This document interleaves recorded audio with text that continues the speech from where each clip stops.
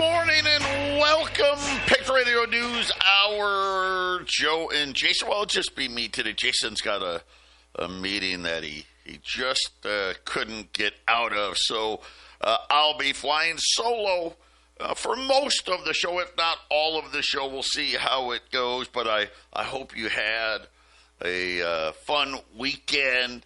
As well, let's face it, the dog days of summer are almost here, right? The kiddies getting out of school, people getting ready to plan the summer vacation. Maybe, then again, maybe not. My wife and I, we took off a little early on Friday.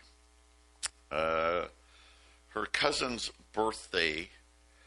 We went to Laughlin, and I will admit I was not very excited about it. I haven't been to Laughlin in, I don't know, maybe 20 years. And it's fine. I will say this, I had low expectations, and it ended up being better than my low expectations. So I'll just leave it at that. The hotel we were at, like most of the hotels in Laughlin, they're not the greatest. But we had a lot of fun. There was a adults only pool, which we appreciated. I was surprised how many families, a lot of Californians, and a lot of kids, lots of kids, and which I get it, right? I mean, Vegas kind of, they tried to do the kid thing and said, yeah, okay, never mind. But the hotel we were at, they had a little beachhead right on the Colorado River, and that was nice. We had a good time. You know what? It's always good. We didn't win any money. We're not big gamblers, but we do like throwing the craps, if you for lack of a better term. And we did okay. We came home with the same amount of money that we left with. So that's like winning. That's like winning. And will I go to Laughlin again? Yeah, I think I would in another 20 years, right? So there you go. So if you're planning on something, it was cheaper than Las Vegas. So that part is good. I guess the hotels were cheaper, the food was cheaper, the gaming was cheaper. So if you don't mind not maybe having the nicest place, there's 4 or 5 hotels. I was only in the one that we were told was the least crappy of them, and we were happy with it. So there you go.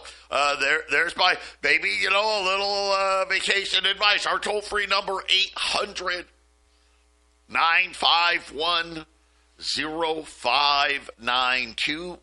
The website at allamericangold.com. And we've got a lot of things happening again like we did. It just seems like this is the case, right? Got the riots. Is it a riot? Is it not a riot? Is it a peaceful protest? Is it not a peaceful protest? Do we bring in the National Guard? I would probably say no. But we'll probably talk about that in the half-empty cup. Yeah, okay. They burned some cars. They burned some Waymos. But I get it, right? It's like half of the country is sick of it. The other half apparently is not. And, of course, this is all about ICE raiding the illegals in Los Angeles. I guess I'll call it around. I don't know what else to call it. I think there's 40 or 50 of them got arrested. And people flipped out. And I guess you could say, I think half the country is they're tired of the illegal immigration, and they're tired of people assaulting law enforcement and the destruction of property, right? We're tired of it. But at the same time, we got to be careful about the reaction from the federal government. I'll just say that, as far as that goes, you don't want the federal government involved in these things. This is something for Los Angeles to deal with, the state of California to deal with, and there's a lot of reasons why I say that. Now, if it escalates to, I don't know, what we saw in Portland, right, is maybe something similar to Minnesota, Minneapolis. Okay, then maybe, I don't know that this weekend got there, right? Burning up a few Waymos. I shouldn't say that, you know what, we have Waymo here, like, it's going out of style. Like, this is like and I think because the city streets here are very simple. You know, I grew up in New York, and it was amazing. You can be on the same street in a 5-mile period, gone east, west, north, south, stops, picks up again, stops, picks up again. I mean, it made no sense.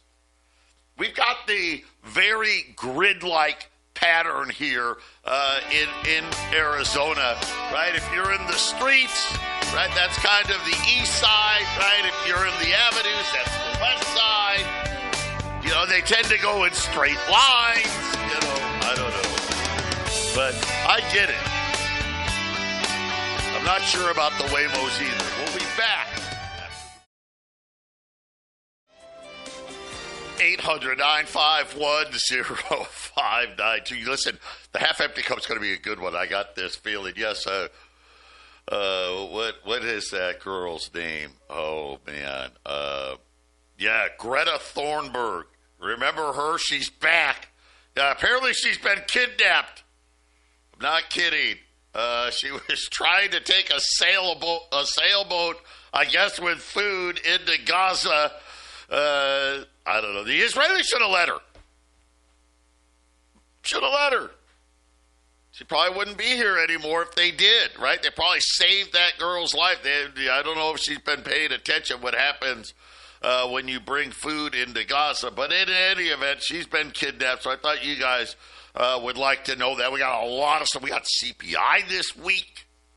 Let's not forget the U.S. and China are having talks in London today. Yeah, we got to bring that up. Kind of funny. Not as happy as I thought they'd be. So we'll see. We'll see what comes out of it.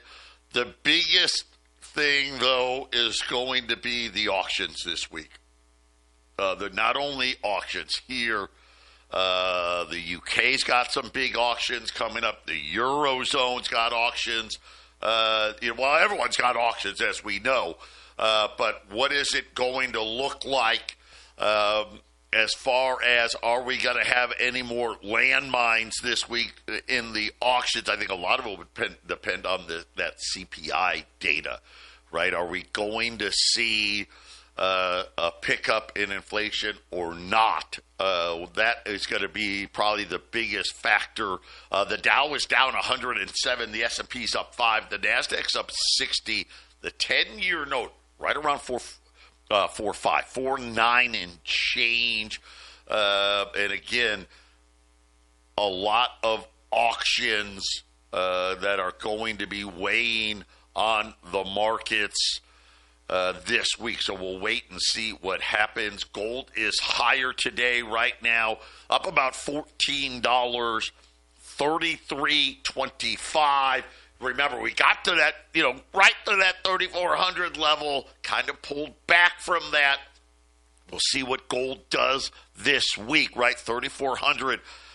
Pretty much, when we get through 3,400, we're going to start talking 4,000 very quickly. Speaking of quickly, we knew it was we didn't know when. We knew it was going to happen, and it looks like it is here. The silver breakout continues up 65 more cents, 36.50. 55. I think they really, are we going to see $40 silver this week? It is very possible. The question for me isn't, whether it's this week, next, I don't care when. It's coming. The only question really for silver is, okay, when it gets to 40, does it go right to 50? I think that's going to be interesting to watch. Platinum going with it. So we have a breakout in silver and platinum. Platinum up another $43, $1,212 on platinum today. And again, both of those metals are long in the decade plus type breakouts on the platinum and silver markets. I look for a lot of legs in both platinum and silver. I will not be shocked to see $2,000 platinum. You cannot be rule out $50+ silver. You can't. We'll see 40. 40 is going to tell us a lot. Then this morning, kind of interesting, we had another container ship. I don't know if explosion is what they're saying. Was there a fire, or was this thing hit by some type of a mine or something else? It was off the coast of India. And this is kind of what's got people a little on edge. We had that. Remember we did. I don't know if we even talked about it. Over off the coast of Alaska, we had a ship catch on fire that had electric cars, and they couldn't put it out. Got to let the whole thing burn. I don't know exactly what is on this particular ship, but you could. The images. There are a big swath of the containers on the boat are on fire right now, so we're going to have to watch. Apparently, shipping stuff is becoming a problem, right? We got it's bad enough about the trade wars, but now, right, we know about, right, okay, the Houthis, right, they were blowing stuff up and whatnot. This thing seems to, I don't know, that one ship, remember, ran into the bridge, the Baltimore, the Key Bridge in Baltimore. We had a Mexican sailboat. They called it the Navy. It's a sailboat. It smashed into a bridge in New York, and now seemingly, I don't know, kind of like, is this like a weekly thing now? Maybe this was always happening and nobody told us. But it sure seems like we're getting a lot more of these cargo ships catching on fire, and we're never given a lot of details. On top of that, like we said, there is some meetings ongoing right now in London between the Chinese and American delegations. People are worried now, so I wonder how the talks really went. Remember, Xi Jinping and Trump had a phone conversation. China did allow for the big three automakers to buy some more rare earths. This was, I guess, the automakers were like, hey, we applied for these permits that China said we had to do, and they haven't approved them, and we're running out. The Trump administration got involved. They did allow the big three to purchase a certain amount of rare earths, apparently not the amount that the Americans were hoping for as these talks start in London. And now, I don't know if it's a rumor, I don't know what to call it, but all of a sudden, the people that are looking at this seem to think that maybe China is going to play a lot harder than they thought. And now the talk again about will China de-dollarize? Listen, they're already de-dollarizing. I don't think that they'll go faster. Now, I could be wrong. Maybe, you know what? Maybe they are. Now, one of the things that was noted is that Beijing is starting to purchase large quantities of oils in yuan or renminbi and not dollars. Now, obviously, they're buying it from Russia that way. I haven't seen it yet. Is China buying oil from Saudi Arabia, UAE, Qatar, whoever it may be in the Middle East outside of Iran using renminbi? I haven't seen that. They can. But it looks like the feeling is that this may have started very quietly. We'll see. The only thing that we're being told is large contracts for oil being done in the Chinese renminbi. And again, I need to know who it's from. Right now, Iran technically is not supposed to sell any oil to anybody. So it can't be that. Is it Russia? Then I'm not as worried, but my guess is it's not, because wouldn't they be doing that? You know, they're already doing that. So we're going to have to see what comes up from it. Then there was worries about treasuries. What are they going to do with U.S. treasuries? And I've said this from the beginning. China's already selling. They have a pace. I think they stay on that pace. Why do I say that? Why do I say they probably won't go faster? Well, it just doesn't. There's no reason for them to. Right? And what I mean by that, if they go faster, they're going to have bigger losses. So why not just keep the pace they're going? Obviously, it looks like Japan is taking care of that problem for them. But again, I think this is something that has the market a little on edge today. When we're talking about, wow, there's, a continuation of talks with China, you would think the market would be rallying today, that it would be considered good news. Not nearly like it was last week. And like I said, I think someone's trying to say that Saudi Arabia is now taking renminbis for oil. I don't know it. It's just interesting that a lot of people are talking about it. Remember, was it October of last year? Saudi Arabia been invited to BRICS. It's been they have a very close relationship with BRICS. Some people are saying, well, they're a full member. Others are saying, well, maybe they are, maybe they aren't. I don't know. Saudi Arabia just doesn't like to say. Then news broke, 3 months ago, 4 months ago, that Saudi Arabia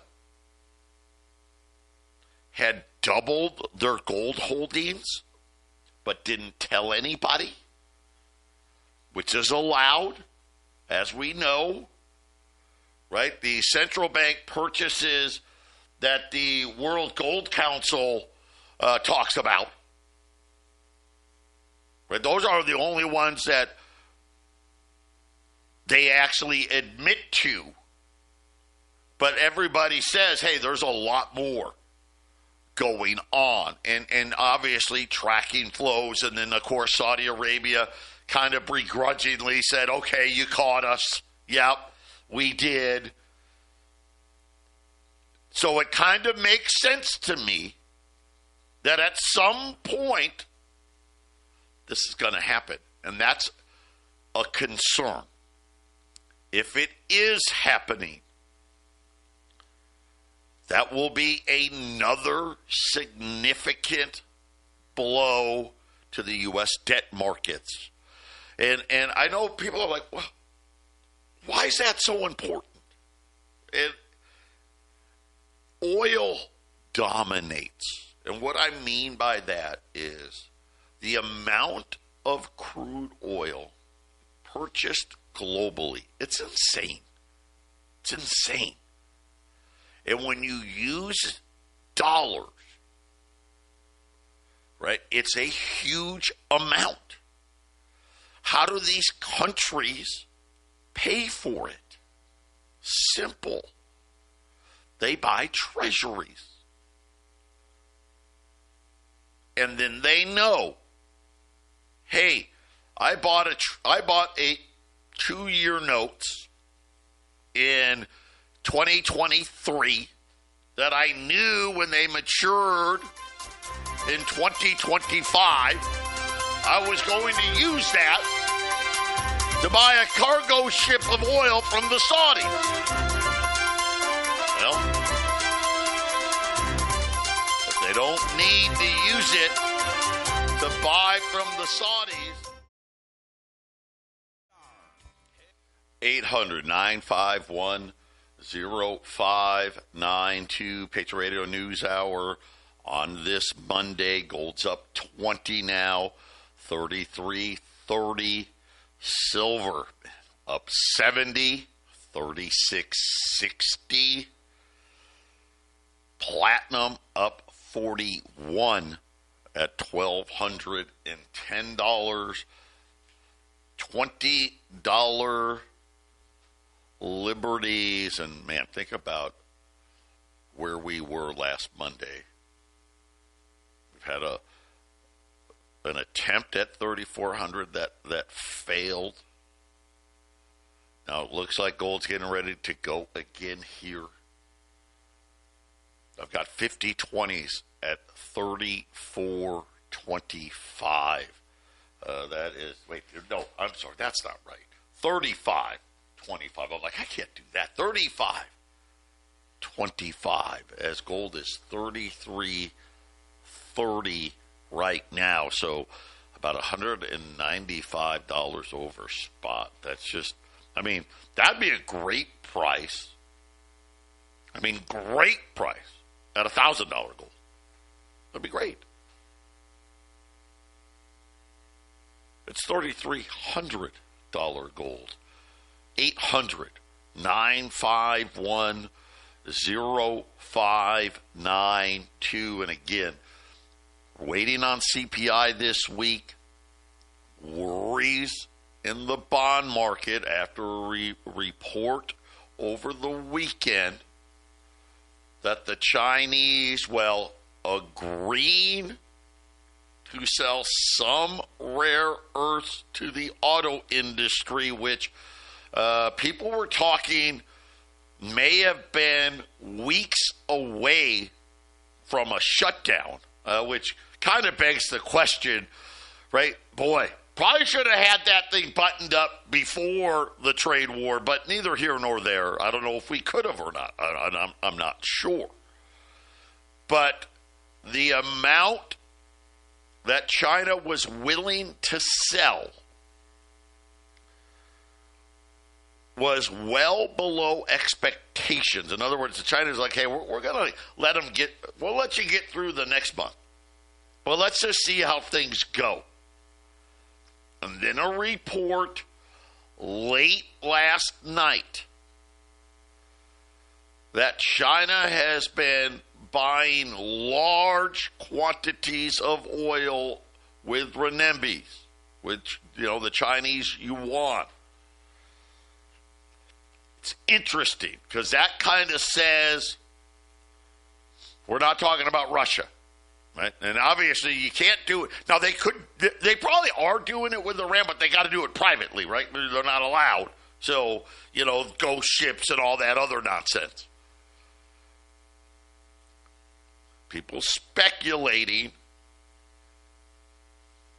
has whether it's Saudi Arabia, UAE, some OPEC members, not Russian, started accepting renminbis for oil, and what will be the effect on the U.S. debt markets, and will China now start speeding up the pace of dumping U.S. treasuries? If this is the case, the answer to that will be yes. It will. I don't know that it is. But like I said, oil dominant. Nothing's close. Nothing. I don't care what it is. Gold, copper, wheat, corn, soybean, any commodity you could possibly think of. The most important commodity for the U.S. debt market is crude oil, period. And it's not close.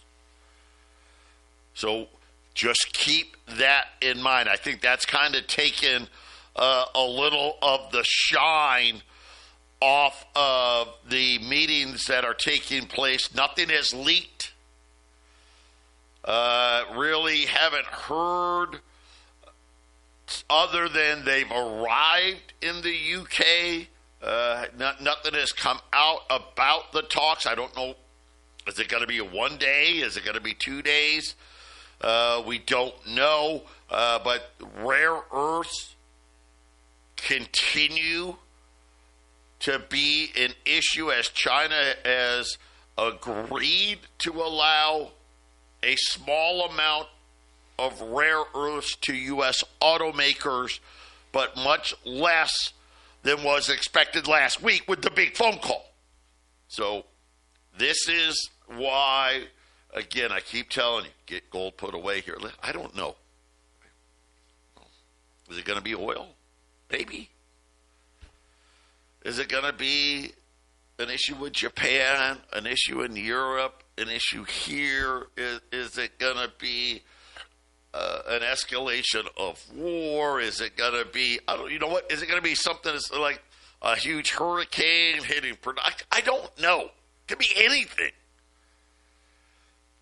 Could it be the passing of the big, beautiful bill? Which, by the way, it appears that the Senate is not going to play ball as far as they are going to, looks like, I think they can get a deal passed that will go back to the House, but it appears that will be unacceptable to the Republicans in the House. So I don't know. But there's going to be a huge problem in the global bond market. This is why we keep telling you, I think we're certain. It's certain. Digital money's on its way. I mean, I'm sorry, but having a problem, hey, I've got a debt problem, okay? What's your solution? Well, I'm going to go into a lot more debt. How does that help? Well, I'm hoping that I can grow faster. So then, as long as the amount of debt as a percentage of GDP goes down, it'll be okay. That's the logic. Hey, a $3 trillion deficit will be okay if the economy's, I don't know, 40 trillion? Something like that? I mean, is that how I would have to go? The chance of that happening are almost zero. They just are. And then all of a sudden, what happens? Right? Then what happens? We got a $4 trillion deficit and a $40 trillion economy. Uh-oh. That math doesn't work at all. Nature Radio News Hour. 800-951-0592. Gold now up $25 as the rebound here continues. Silver and platinum in breakout mode. $20 gold pieces, 35 and a quarter. The best deal I got on silver is just getting expensive. I mean, just is what it is. It's going to be a lot more expensive. A lot more. 5-ounce silver bar is $200. I mean, I've got, rounds now are over $800. It's not crazy. Will we see $1,000 silver eagle rolls this year? Probably. Well, we'll see 900. That I know, but probably. Yeah, I know, right? Think about that. Crazy. First roll of silver I ever sold was $135. Not kidding. $135. 800-951-0592. So how bad is the problem? Am I making it up? Do we really have this debt problem? Is China really buying oil in renminbis now? Citadel founder Ken Griffin. It is unfathomable that a financial instrument to protect against an eventual U.S. default is being priced at levels close to some European countries. What's he talking about? He's talking about credit default. He's talking about insurance. Buying insurance for a potential U.S. default in their treasury market. I never thought in my life I would see U.S. priced higher in risk cost than countries like Spain, Germany, or France. You've got to be kidding me.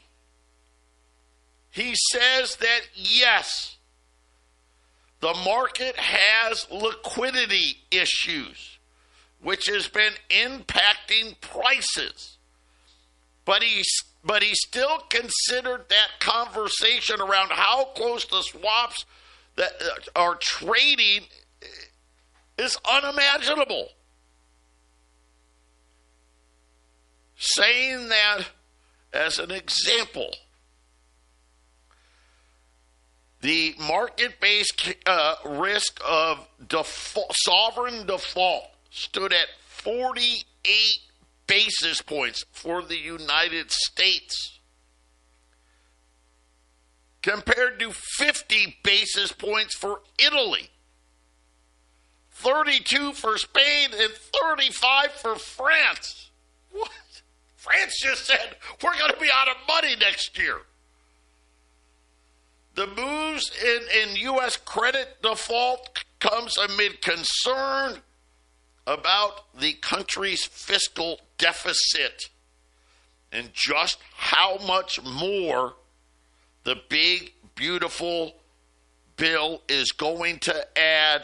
He went on to say, you cannot run 6 or 7% deficits at full employment after years of growth. That is just irresponsible. And this is the problem, guys. Seriously. This is the best the economy can be. 4% unemployment. That's like the best it can be. These deficits should be nowhere near these levels. And now, look at it, they're talking 6 and 7%. That's where we're at now. What's it going to look like at 8%? 9%? I don't want to think about 10. I don't. And that is for insurance to protect against a sovereign default of the United States. I mean, this is something, again, guys, I'm just telling you. They're all saying the same thing, aren't they? Now, the Citadel, on a lot of these investments, a lot of these companies are forced to buy this, right? Kind of a rule, right? Which is, hey, we've got to keep the risk extremely low. Well, how do you do that? Well, you buy insurance. And he's saying, oh my gosh, they're pricing insurance in the United States like we're Europe. How can that be? Yeah, well, and then he answered his own question. He really did. He just answered it. Said, well, gosh, look at, we're at 7% debt to GDP, and we've got an unemployment rate of 4%. And we've just had, how many years of growth? I don't even know, 10, 12. The spending should have stopped a long time ago. Instead, it's only gotten worse. And now the solution is more spending. I know you want it to be right. You want to believe it. But this is why we keep telling you to get bigger into gold and silver. And oh, by the way, digital money is coming. That's why we've been talking about TEXIT now for the last 6 weeks. If you haven't thrown your hat in the ring and just if nothing else, say, you know what, let me take a shot here. What do you need? What do you got to lose? 800-951-0592. Take the radio news, our final segment coming up. 800-951-0592. Patriot Radio News Hour wrapping up this Monday. Gold kind of rallying now with silver and platinum breaking out. Concerns about the trade talks with China, that maybe it wasn't as good as they were hoping for. And has China been able to, I guess, pull a big coup here? Are they buying oil from somebody other than Russia in renminbis? And the answer appears to be yes. And that only leaves the Middle East. I mean, it's where they get it from. So worries about the U.S. debt markets, the Citadel, talking about insurance against default. And I've been telling you, I've maybe I was slow. Sure I was. Digital money's coming. We missed Bitcoin. I think TEXIT has an opportunity to be what we wanted Bitcoin to be. You know, I loved Bitcoin. And I even said it, I don't know, probably a million times on the air. I love the idea of Bitcoin. And they ruined it. They ruined it, right? They want to act like they didn't ruin it. They ruined it. You know it and I know it. All the banks are in. Right now they're talking about stable coins and buying treasuries, and most people out there don't even know what that means.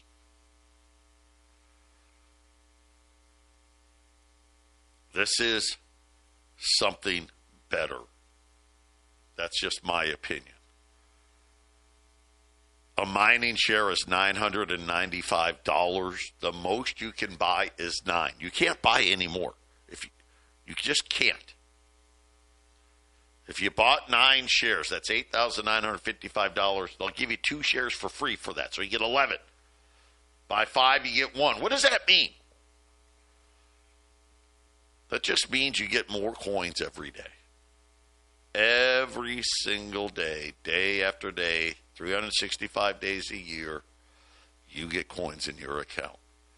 When I first started talking about TEXIT, it was 46 cents. Then it went to 55. Then it went to 60. Then it went to 80. Then it went to $1.